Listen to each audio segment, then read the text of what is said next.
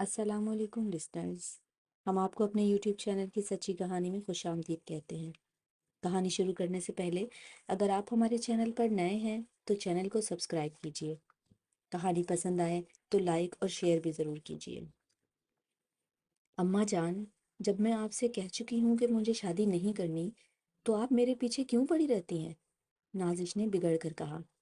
دیکھو بیٹا، آج نہیں تو کل تمہیں احساس ہوگا اور پھر ہم کچھ نہیں کر سکیں گے کہ پتہ نہیں دنیا میں رہیں بھی کہ نہ رہیں۔ یہی مناسب وقت اور عمر ہوتی ہے، ورنہ زندگی میں پچھتاؤں کے سوا کچھ باقی نہیں رہتا۔ اماں جان افسردگی سے بولیں، تم اپنی یہ ضد چھوڑ دو، یہ رشتہ تمہارے ابو کو بھی پسند ہے۔ ضد؟ نازش کا لہجہ کوشش کے باوجود بھی تلخ ہو گیا۔ آپ جانتی ہیں یہ ضد نہیں، مجبوری ہے۔ شادی کسی مرد سے کی جاتی ہے، اور سچ پوچھیں تو مردوں سے مجھے سخت نفرت ہے۔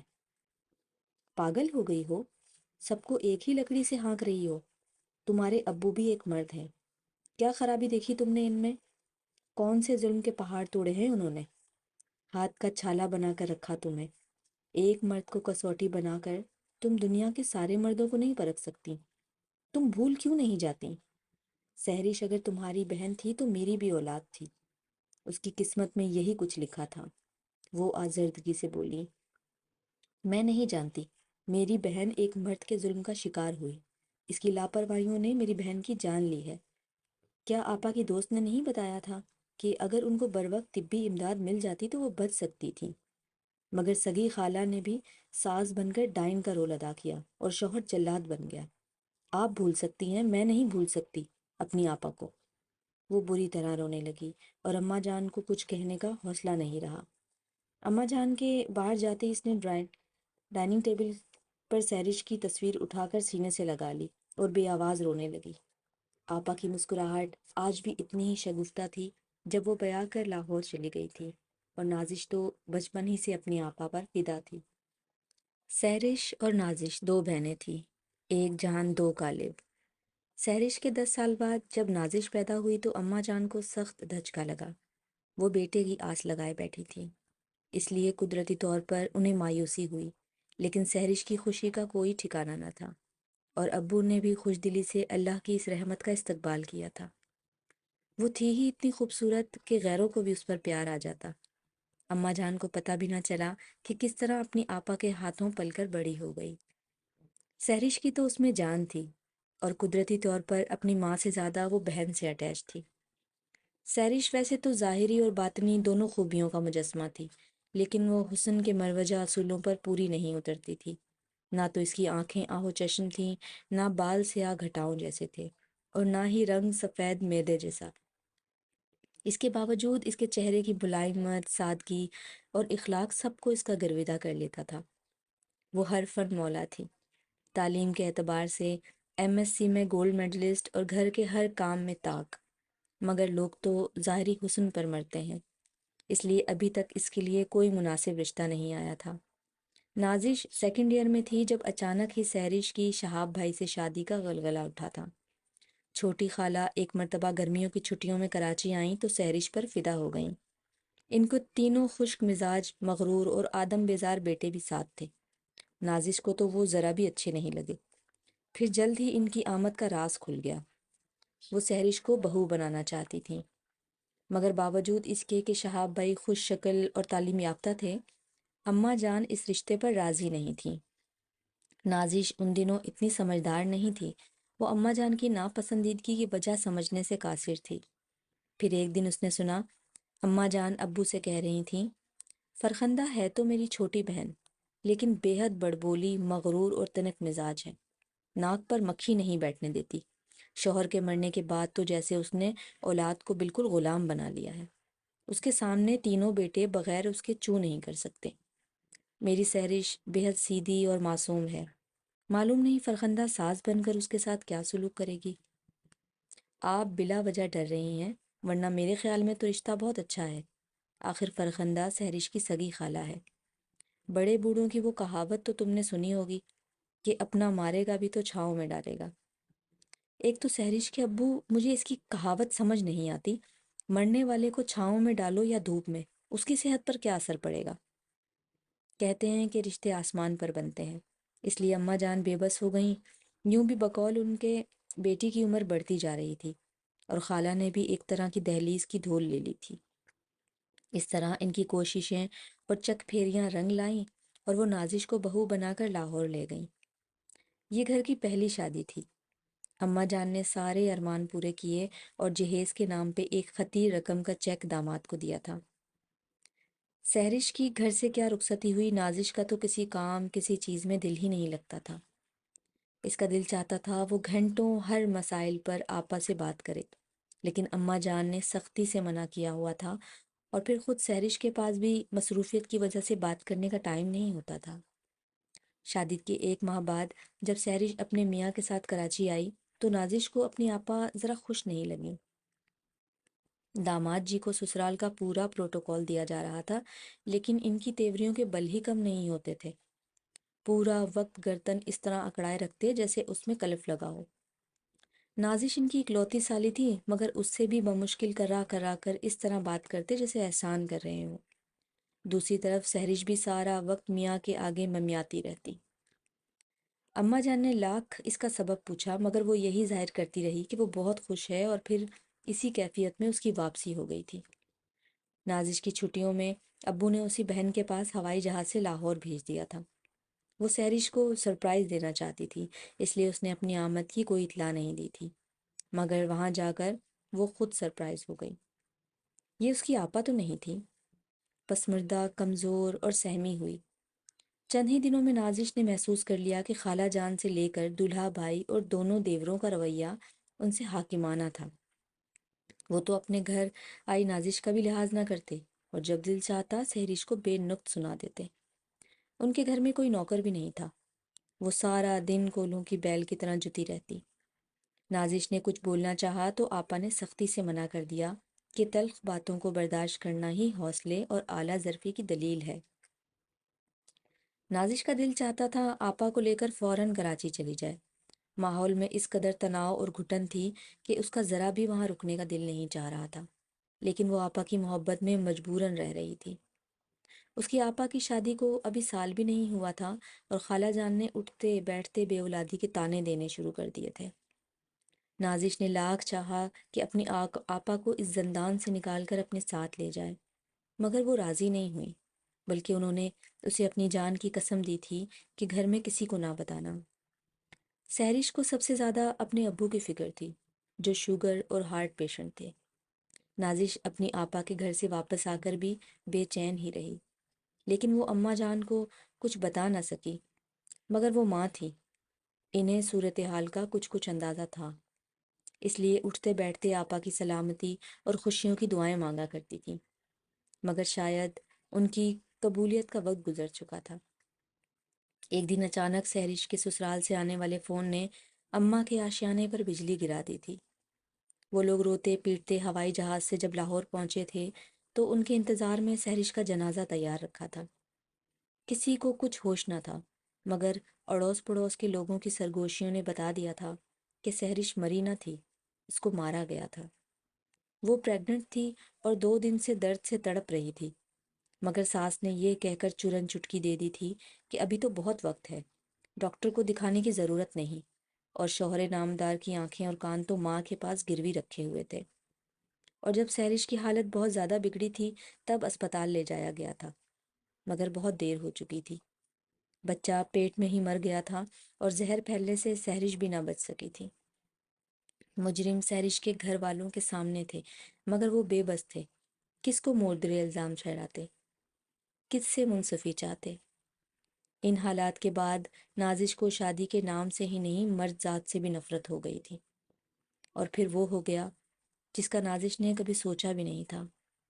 اس کے پیارے ابو کو ہارٹ اٹیک ہو گیا تھا۔ وہ بچ تو گئے، لیکن ان کی خواہش کے احترام میں نازش کو نہ چاہتے ہوئے بھی شادی کے لیے راضی ہونا پڑا تھا، لیکن اس کے عزائم کیا ہیں یہ کسی کو خبر نہیں تھی۔ اس نے اپنی بہن کے سسرال میں بے عزتی اور موت والے تجربے کے بعد انتقاماً چھٹی کا دودھ یاد دلانے کا فیصلہ کر لیا تھا۔ نازش کی ساس اور شادی شدہ نند اس کی خاطر مدارات میں لگی ہوئی تھیں، اور نازش کا منہ سیدھا نہ تھا، اس کو لگ رہا تھا وہ جنت سے نکل کر دوزخ میں آ گئی ہو۔ اس کے لبوں پر مسکراہٹ کے بجائے غصہ اور جھنجھلاہٹ تھی، اور تیوریوں پر بل۔ اور پھر اس نے اپنے شوہر شہروز سے صاف صاف کہہ دیا تھا کہ اسے یہ رشتہ منظور نہیں تھا، یہ شادی اس کی مرضی کے خلاف ہوئی ہے۔ سجے سجائے کمرے، پھولوں سے مہکتی فضاؤں اور خوشبوؤں میں بسی سجی سنوری دلہن کے منہ سے واشگاف الفاظ میں شوہر کو تسلیم نہ کرنا شہروز کے لیے کسی تازیانے سے کم نہ تھا۔ اس کے ارمان بھرے دل پر بجلیاں سی گر گئی تھیں۔ اس نے ایک تقریب میں نازش کو دیکھ کر پسند کیا تھا، وہ اس کی اولین چاہت تھی۔ اس کی سمجھ میں نہیں آ رہا تھا کہ شادی کی پہلی رات دلہن کیا کہہ رہی ہے۔ اس کے باوجود وہ مسہری پر بیٹھتے ہوئے نرمی سے مخاطب ہوا تھا۔ آپ نے والدین کو منع کیوں نہیں کیا؟ بہت کوشش کی لیکن وہ نہیں مانے، اور آپ جانتے ہیں لڑکیاں اس معاملے میں کتنی مجبور ہوتی ہیں۔ نازش نے روکھے پن سے جواب دیا تھا۔ آپ پڑھی لکھی سمجھدار ہیں، نکاح آپ کا ہوا ہے، قاضی کے سامنے انکار کر دیتی؟ کیا کرتی؟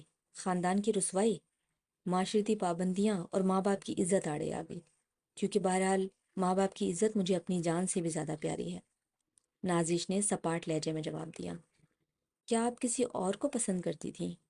شہروز کو رنج بھی تھا اور غصہ بھی، پھر بھی صبر و تحمل سے پوچھ بیٹھا۔ اسے لگا جیسے کسی نے بارود کو تیلی لگا دی ہو۔ بس آپ کی سوچ کی پرواز اتنی ہے شہروز صاحب، میں نے آج تک کسی مرد کو منہ نہیں لگایا، پسند کرنا تو دور کی بات ہے، میرا بس چلے تو میں مردوں سے دنیا خالی کر دوں۔ نازش کے لہجے میں نفرت بھی تھی اور حقارت بھی۔ پتہ نہیں مردوں نے آپ کا کیا بگاڑا ہے، خیر اگر مجھے علم ہوتا کہ آپ کو یہ رشتہ پسند نہیں تو میں خود انکار کر دیتا۔ آپ مجھے اعتماد میں تو لیتی۔ اعتماد؟ اور کسی مرد پر؟ ناممکن، وہ تل ملا گئی۔ اب آپ مجھ سے کیا چاہتی ہیں؟ شہروز نے سوال کیا۔ میرے چاہنے سے کیا ہوتا ہے؟ وہ مایوسی سے بولی۔ یہ مردوں کی دنیا ہے، ان کے چاہنے سے ہی سب کچھ ہوتا ہے۔ آپ غلط سمجھ رہی ہیں، میں ان مردوں میں سے نہیں جو عورتوں کی کمزوریوں کا ناجائز فائدہ اٹھاتے ہیں۔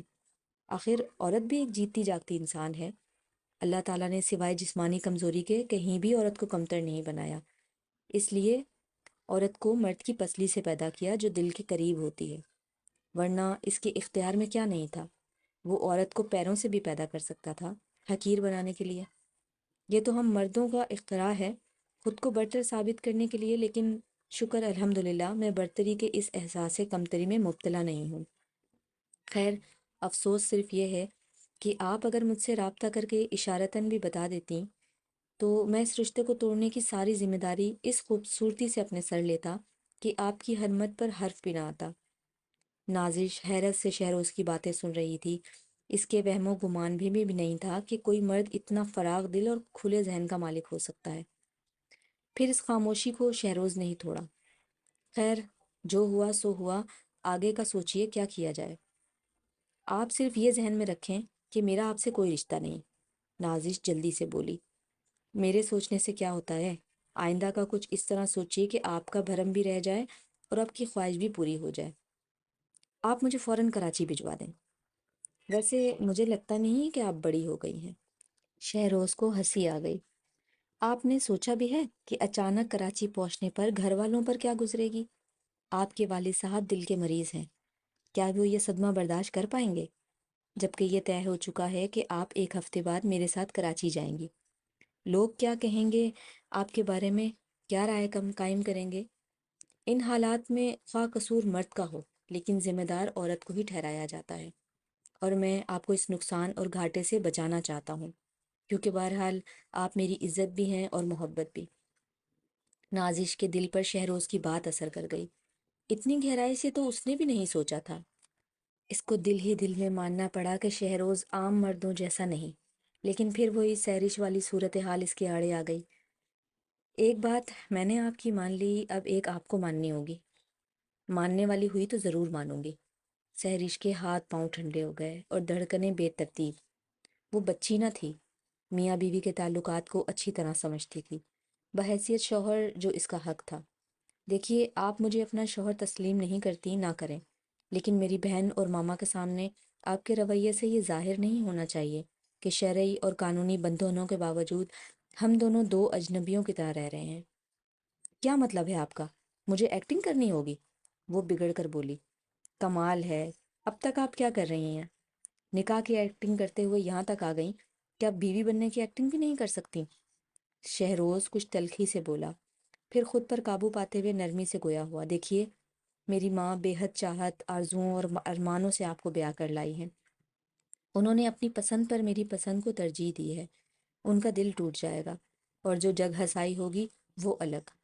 مجھے آپ کے جذبات کے ساتھ ساتھ ان کے بھی احساسات کا خیال رکھنا ہے۔ میں آہستہ آہستہ ذہنی طور پر ان کو تیار کر لوں گا، پھر آپ کا اور میرا راستہ آسانی سے الگ ہو جائے گا۔ پھر اس نے مخملی ڈبیا سے ہیرے کی بے حد خوبصورت انگوٹھی نکال کر اس کی انگلی میں پہناتے ہوئے افسردگی سے کہا، یہ انگوٹھی میں آپ کو صرف اس لیے پہنا رہا ہوں کہ صبح جب سب منہ دکھائی کے بارے میں پوچھیں گے تو آپ کو بہانہ نہیں بنانا پڑے گا۔ اس کے بعد شہروز نے خاموشی سے تکیہ اٹھایا اور صوفے پر لیٹ گیا، یہ دیکھے بغیر کہ نازش آنکھیں پھاڑے اسے ہی تک رہی تھی۔ آپ آرام سے سو جائیے، میں خائن یا بے ایمان نہیں، اور اپنا جائز حق بھی ناجائز طریقے سے یا زور زبردستی حاصل نہیں کرتا۔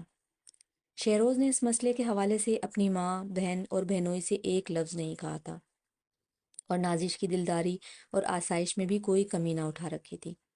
نازش کا اداس چہرہ اور اکھڑا اکھڑا رویہ اکثر اس کی ماما کو بھی پریشان کر دیتا، مگر ان کی شفقت اور محبت میں کوئی فرق نہ آیا تھا۔ اور دوسری طرف نازش منتظر ہی رہی کہ کب بلی تھیلے سے باہر آتی ہے اور اپنے پنجے تیز کرتی ہے۔ شہروز صبح جب آفس جاتا تو نازش سوتی رہتی، اور پھر 10 بجے تک اٹھ کر تیار ہوتی اور کھانے کی میز پر آ جاتی۔ ساس صاحبہ اس کی بلائیں لیتی ہوئیں خاطر مدارات میں لگ جاتی، جو نازش کو سراسر بناوٹ اور دکھاوا لگتا، اور پھر وہ ایک ہفتے کے لیے شہروز کے ساتھ کراچی اپنے میکے چلی گئی۔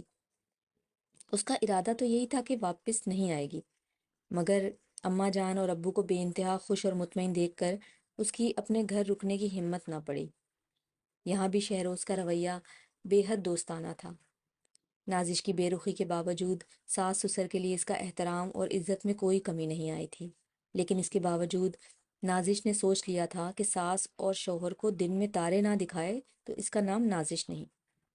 ایک روز اچانک نازش کی لاہور آنے والی اس کی بچپن کی دوست عروسہ اس سے ملنے آ گئی تھی۔ نازش کی ساس صاحبہ بہت خوش ہوئیں اور خاطر مدارات میں لگ گئیں۔ شہروز نے عروسہ کے جانے سے پہلے ایک نیا سوٹ نازش کو لا کر دیا تھا۔ آپ کی دوست پہلی مرتبہ ہمارے گھر آئی ہیں، خالی ہاتھ جانا اچھا نہیں لگتا، یہ ماما نے دیا ہے، آپ اپنی طرف سے دے دیں۔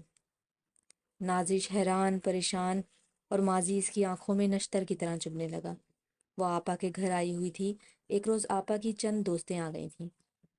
گھر پر دولہا بھائی اور ساس دونوں موجود نہیں تھے۔ نازش نے آپا کو ان کے پاس بٹھا کر جلدی جلدی ناشتے کا سامان میز پر لگا دیا تھا، اور پھر ان کے جانے کے بعد دونوں بہنیں جلدی جلدی ٹیبل سمیٹ رہی تھیں کہ شہاب بھائی اپنی اماں کو لے کر آ گئے، اور ساس چیخنا شروع ہو گئیں، میرے بیٹے کی کمائی حرام کی سمجھ کے اڑائی جا رہی ہے، میرے بعد یہ عیاشیاں ہوتی ہیں۔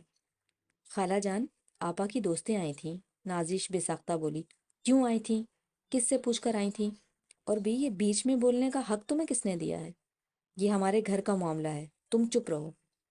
نازش کا بس نہیں چل رہا تھا کہ اسی وقت گھر سے چلی جائے۔ وہ ان سب کے رویے پر حیران تھی۔ شہاب بھائی بھی برہم دکھائی دے رہے تھے، اور کمرے میں جا کر انہوں نے بھی آپا کو خوب آڑے ہاتھوں لیا تھا، اور یہاں اسے کچھ کرنے اور کہنے کی ضرورت ہی نہیں پڑی تھی۔ کچن میں قدم رکھا تو ساس پیار سے بولی، بیٹا تم اپنی دوست کے پاس بیٹھو، ویسے بھی ابھی تمہارے ہاتھوں کی مہندی نہیں چھٹی، اور میں 6 مہینے تک چھٹنے بھی نہیں دوں گی۔ ساری عمر کام کرنے کو پڑی ہے، ابھی تو میں تم سے کوئی کام نہیں لوں گی۔ نازش نے حیرت سے ساس کی طرف دیکھا۔ اسے ایسا محسوس ہوا جیسے نفرت کی سلگتی ہوئی آگ پر کسی نے محبت کا چھینٹا مار دیا ہو، اور اس محبت کے دھوئیں میں نفرت چند لمحوں کے لیے دھندلا گئی ہو۔ شادی کے دن بڑے پیار سے ساس نے کہا تھا، بیٹا شہروز مجھے ماما کہتا ہے، تم بھی ماما ہی کہنا، آنٹی تو مجھے پسند ہی نہیں، جتنے بھی بڑے ہوں ہم ان کو آنٹی ہی کہتے ہیں، خواہ رشتہ ہو یا نہ ہو، مگر میں تو شہروز کے ساتھ ساتھ تمہاری بھی ماں ہوں، میں تمہیں بہو نہیں بیٹی بنا کر لائی ہوں۔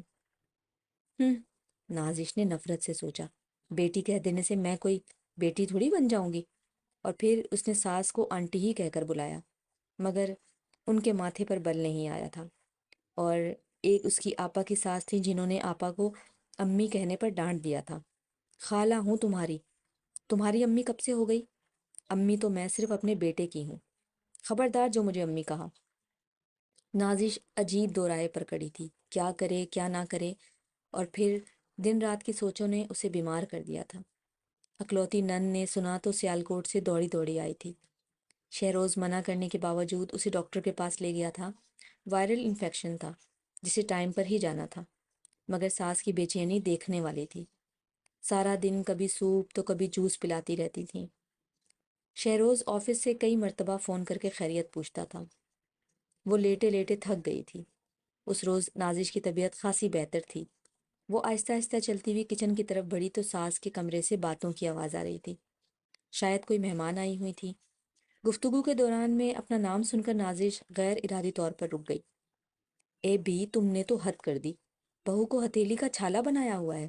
مہینوں ہو گئے جب تمہارے گھر آئی تھی، تمہیں ہی کام کرتے دیکھا تھا، اور اسے بھی شرم نہیں آئی کہ ساس کا ہاتھ بٹا دے۔ نہیں خیر، ایسی بھی کوئی بات نہیں، میں خود ہی اسے کام کرنے نہیں دیتی۔ دیکھو بہن، وہ اپنے ماں باپ کی اکلوتی بیٹی ہے۔ کیا لاڈ نہیں کیے ہوں گے ماں باپ نے اس کے ساتھ، اور میں چاہتی ہوں کہ وہ یہاں پر بھی اپنے گھر جیسا آرام محسوس کرے۔ تبھی تو اس گھر کو اپنا گھر اور ساس کو ماں سمجھے گی۔ کام کا کیا ہے، نوکرانی اور میں مل کر ہی لیتے ہیں۔ آج میں ہوں، کل نہیں ہوں گی تو یہ اسی کو تو سنبھالنا ہے۔ کام کرنے کو تو ساری عمر پڑی ہے، اور بیٹی اگر اکلوتی ہے تو بہو بھی تو اکلوتی ہے۔ میں خوش ہوں، میرا بیٹا خوش ہے، مجھے اور کیا چاہیے؟ کچھ بچے بچے کا بھی سلسلہ ہوا؟ مہمان خاتون نے پوچھا۔ حد کرتی ہو تم بھی، 4 دن شادی کو ہوئے تمہیں بچے کی فکر پڑ گئی؟ بھئی جب اللہ کا حکم ہوگا وہ بھی ہو جائے گا، بلا وجہ ہم اس ٹینشن میں کیوں پڑیں؟ یہ تو سب قدرت کے ہاتھ میں ہے۔ ساس کی باتیں نازش کے دل پر برچھی کی طرح لگی تھیں۔ وہ واپس پلٹ آئی اور کمرے میں آ کر رونے لگی۔ اس کے دل کو کچھ ہو رہا تھا۔ بہن کا بدلاوا وہ کس سے لے رہی تھی؟ ان سے جو اچھے تھے، بہت اچھے تھے، جو اس کے انتقام اور ارادوں سے لا علم تھے۔ اسی لمحے شہروز کی آمد ہو گئی۔ وہ اسے روتا دیکھ کر گھبرا گیا۔ کیا ہوا نازش؟ طبیعت تو ٹھیک ہے؟ کسی نے کچھ کہہ دیا؟ مگر نازش کے پاس کسی بات کا جواب نہیں تھا، بس رونے میں اور شدت آ گئی تھی۔ اچھا بھائی، اب یہ رونا بند کرو اور خوش ہو جاؤ۔ میں کل آفس کے کام سے کراچی جا رہا ہوں، تم بھی میرے ساتھ چل رہی ہو، تیاری کر لو۔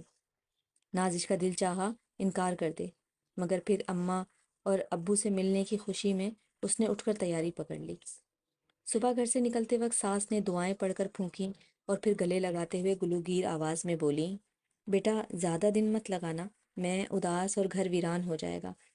گھر کی رونق ہی تمہارے دم سے ہے۔ میں گن گن کر گھڑیاں گزاروں گی۔ جانے کیوں ان کے گلے لگ کر نازش کی بھی آنکھیں بھر آئیں۔ اچھا بھائی، یہ ڈرامے بازی بند کریں، فلائٹ مس ہو جائے گی۔ شہروز نے تو مذاقن کہا، لیکن اس کا جملہ تیر کی طرح نازش کے دل پر لگا تھا۔ ایئرپورٹ کا راستہ خاموشی کی نظر ہو گیا۔ دونوں اپنی اپنی جگہ خیالوں میں گم تھے۔ اماں جان اور ابو ان دونوں کی اچانک آمد پر خوش ہو گئے۔ بیٹا ابھی تو تم رکو گے؟ اماں جان نے سوال کیا۔ نہیں اماں جان، میری رات کی فلائٹ ہے، نازش رہے گی آپ کے پاس۔ نازش سخت بے چین و بے قرار تھی۔ اس کو نہ جانے کیوں اپنے دل کی دنیا اجڑتی نظر آ رہی تھی۔ اس کا بالکل بھی رکنے کو دل نہیں چاہ رہا تھا، مگر اماں ابا کو کیا کہتی؟ رات کو کھانے کے بعد رخصت ہونے سے پہلے شہروز کمرے میں آیا تو سنجیدگی سے گویا ہوا۔ دیکھیے، میں آپ کو یہاں چھوڑے جا رہا ہوں۔ میں نے اپنا وعدہ پورا کیا اور آپ کی عزت پر آنچ نہ آنے دی۔ اب آپ کی مرضی، جو چاہیں فیصلہ کریں، مجھے کوئی اعتراض نہیں ہوگا۔ یہ لفافہ، اس نے براؤن کلر کا لفافہ آگے بڑھایا اور نازش کے کچھ کہنے سے پہلے ہی باہر نکل گیا، کیونکہ ایئرپورٹ جانے کے لیے کیب آ چکی تھی۔ نازش کا دل بیٹھا جا رہا تھا، قدموں میں لغزش تھی۔ اس نے لفافہ کھولتے ہی حیران پریشان ہو کر لفافے کی طرف دیکھا۔ یا اللہ، اس لفافے میں میرے گناہوں کی سزا مجھے آج مل کر رہے گی۔ وہ بے اختیار سجدے میں گر گئی۔ یا اللہ، میں نے اپنے پیر پر خود کلہاڑی ماری ہے، اپنی جنت کو دوزخ خود بنایا ہے۔ میرے مالک مجھے معاف کر دے۔ مجھ میں لفافہ کھولنے کی نہ ہمت ہے نہ حوصلہ۔ یا رب العالمین، اس لفافے میں وہ کچھ نہ ہو جس کے خوف سے میرا دل بند ہو رہا ہے۔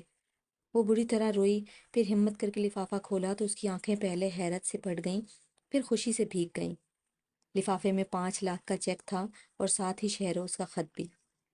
نازش، تمہیں کس لقب سے پکاروں؟ کیونکہ تم تو میری تھی ہی نہیں، نہ کل اور نہ آج۔ ہر رشتے کا تعلق نیت سے ہوتا ہے، اور جب تم نے نکاح قبول ہی نہیں کیا تو مجھے کیسے قبول کرتی؟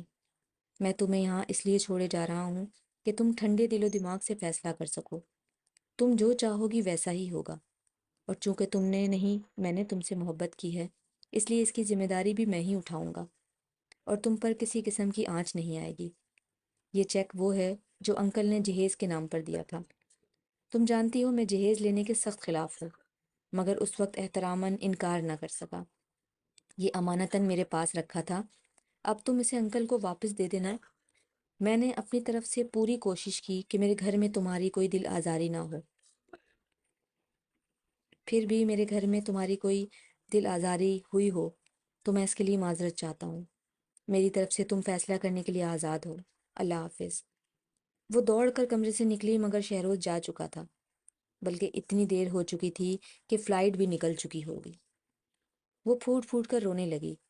اسے یاد آیا کہ اماں جان نے کتنا سمجھایا تھا کہ بیٹا شہروز ایک اچھا انسان ہے اور تمہاری ساس ایک لاجواب عورت، مگر انتقام نے تو مجھے اندھا کر دیا تھا۔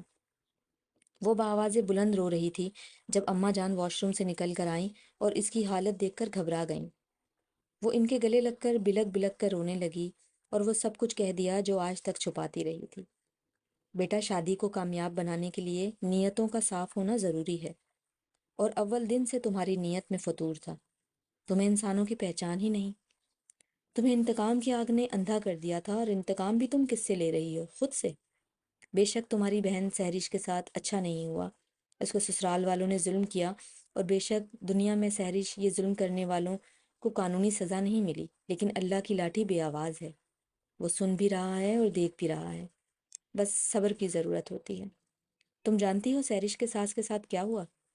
فالج کی مریضہ بن کر بستر پر پڑی ہے، کوئی منہ میں پانی ڈالنے والا نہیں، مکھیاں بھن بھناتی رہتی ہیں۔ شہاب کی دوسری بیوی پلٹ کر نہیں دیکھتی، اور وہ خود بیوی کے آگے دم نہیں مار سکتا۔ مگر میں اس پر خوش نہیں ہوں، صرف توبہ کرتی ہوں کہ خدا ایسا وقت کسی پر نہ لائے۔ دیکھو، ابھی کچھ نہیں بگڑا، تم اپنے کیے پر پشیمان ہو، شرمندہ ہو، اور اللہ کو عاجزی اور انکساری پسند ہے۔ صبح کی فلائٹ سے تم واپس چلی جاؤ، ساس سے کچھ مت کہنا، بس تمہارا رویہ ثابت کر دے گا تم ایک اچھی بہو ہو، لیکن شوہر سے معافی ضرور مانگ لینا۔ اپنا ذہن کھول دو اور اسے بتا دو کہ تم ایک اچھی، فرمانبردار اور محبت کرنے والی بیوی ہو۔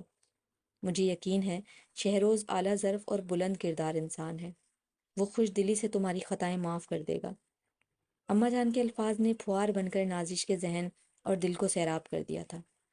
اپنے سسرال جانے کے بعد نازش نے اپنی محبت، اخلاص، خلوص اور خدمت سے چند روز میں ہی نہ صرف خود کو شہروز کے دل کی مالک بنا لیا تھا، ساتھ ہی اپنی ساس کو بھی مکمل طور پر یہ باور کرا دیا تھا کہ وہ اس گھر کی بہو نہیں، بیٹی ہے۔